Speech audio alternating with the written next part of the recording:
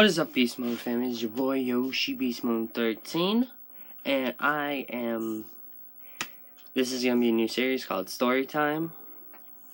Well, storytime on how to practically some stories in my lifetime that I like to share, and this is gonna be 50 episodes long. So yeah, what better way than to get into this first one. So guys, this episode is going to be talking about how I kinda got into my wrestling thing, like my wrestling, how the fuck can I say it? Like the wrestling I do on the channel, or what inspired me to start recording wrestling videos, playing WWE. So guys, this is gonna be a pretty good topic because it's probably one of the biggest ones I've ever watched. Gonna list. So the story of how I got into wrestling, I wanted to say I'm 15 right now. So back in 2007, when I was about 5 or 6,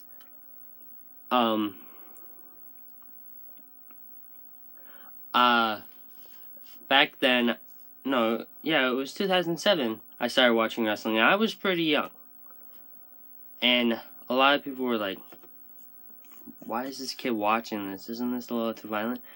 So the first match I ever watched was, Rey Mysterio. Back this time, I don't remember who he fought. It was like a short clip, because we just joined in at the end of the match, so I technically wouldn't count that.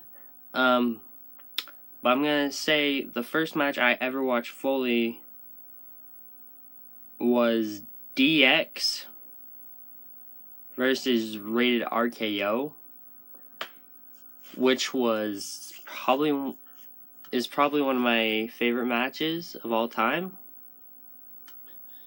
Like, I just love seeing it.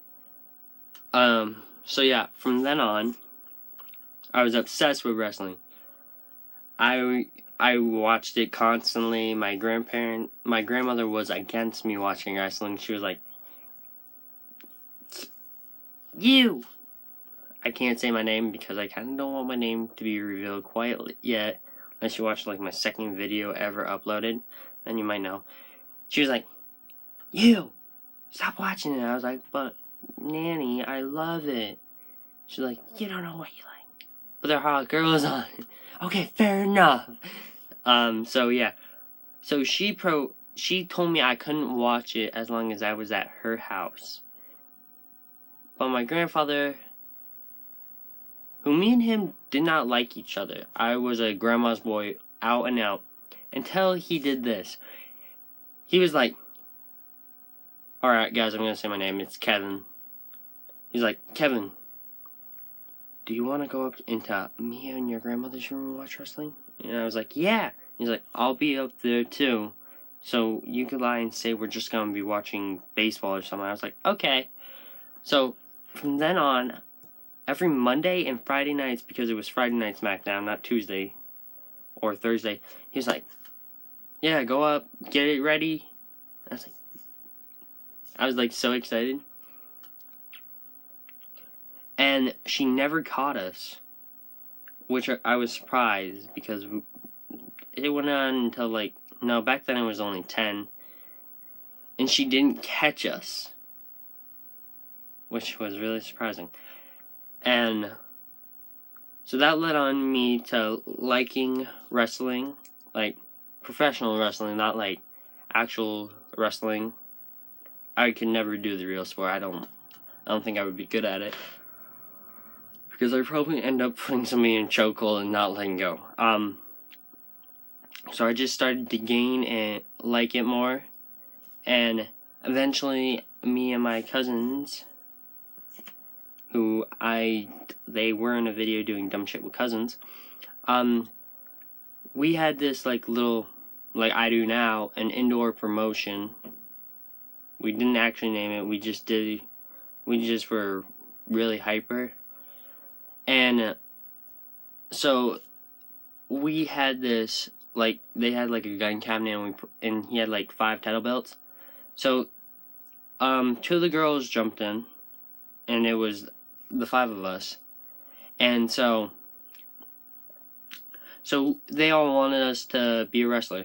So one of my cousins picked Alberto Del Rio because he used the cross arm breaker as his submission hold. Well, a finishing move. My other cousin decided to be Jeff Hardy because he liked Jeff Hardy and he did the Twist of Fate. I was a big fan of high flyers, so I wanted to be Rey Mysterio, but they didn't have anything. So I went into being John Cena. And this is where it kind of went somewhere, because my cousin is no joke. I wasn't even over 70 pounds at this time, and he was over, like, almost over 200, well, cutting to close to 200, and then all of a sudden my face just went enraged, and everybody looked at me, and I had him up on my shoulders, and I did an attitude adjustment, and nobody could believe it, and then I grabbed, believe it or not, the only world title belt he had up there, and I came down with it, and I was like, just relaxing. And I was like, oh my fucking god. And everybody was like, how the fuck? And then me and the same cousin did the same thing. Like, a couple of the times me and my cousin did the same thing. Well,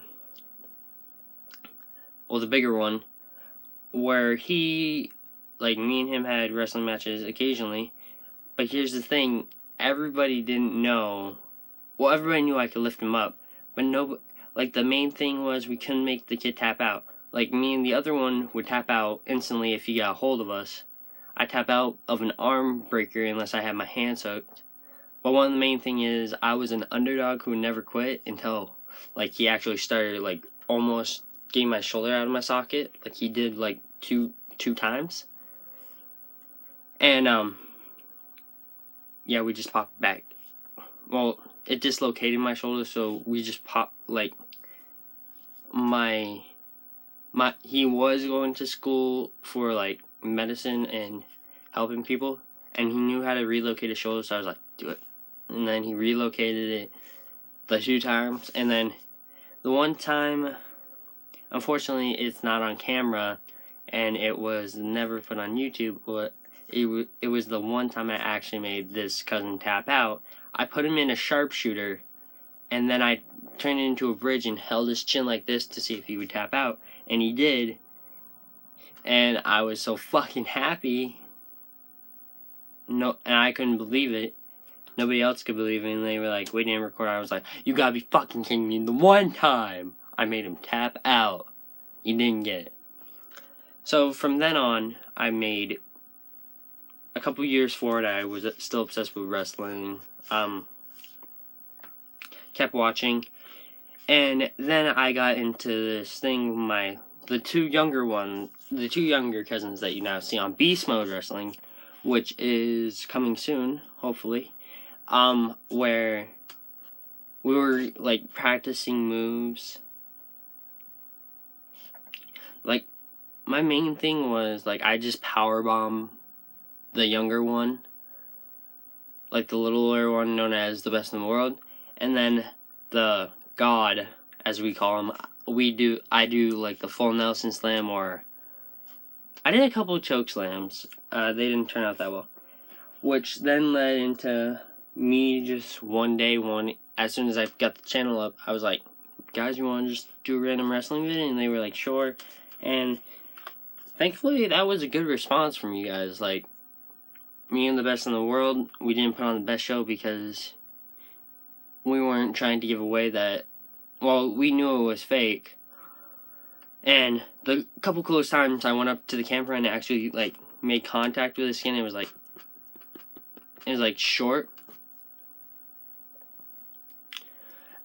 So the main thing was, we weren't gonna actually do anything stupid along with the show.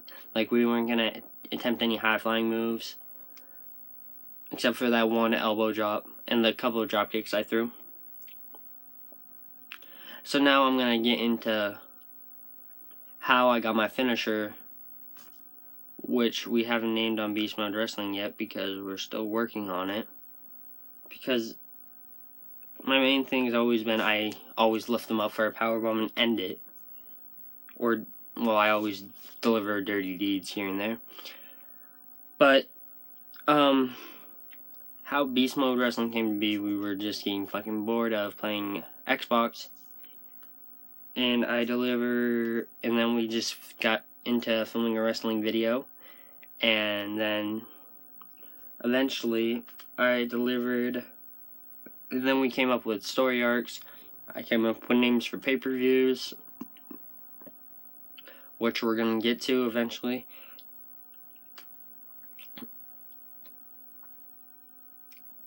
And then I was playing WWE 2K13 or 2K14 or 2K15.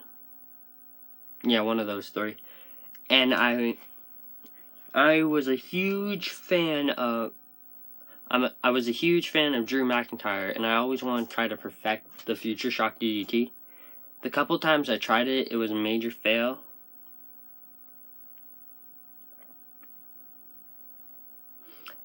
And the one time I actually tried to suplex, which is not on camera, thank God, is when my cousin was littler and I got him obsessed with wrestling. So I lifted him for a suplex. Like, I put his arm around here and I went for it. But the one thing he did, he let his arm out here when I tried to attempt a suplex, where I had to relocate it, and his dad just walked in on me trying to perform a suplex. So thank God that was not on camera because I would have been killed. And then I loved Drew McIntyre and his Future Shock DDT. One thing, I couldn't perfect the Future Shock. So then I went into trying, which Heath Slater's finishers are easy, and I was like, no, because nobody would believe that that's actually a finisher. So then I went into using the Jinder Mahal move, the full Nelson Slam, because I thought it was pretty easy to perform. You just put the arms around, and then you just lift and slam. And then there also came the part of me where I was going to do an East River Crossing in one of our videos, but then we talked over, and I was like, no East River Crossing, it's too risky. And then came the part of me wanting, like, when you saw me, like, pick up him and then pick up the Best in the World and twirl him around and then slam him down. The God who was the cameraman in that first match was kind of like, bro, why don't you just make that your finisher? And I was like, I don't think I can do that again. I think it was just a heat of the moment thing.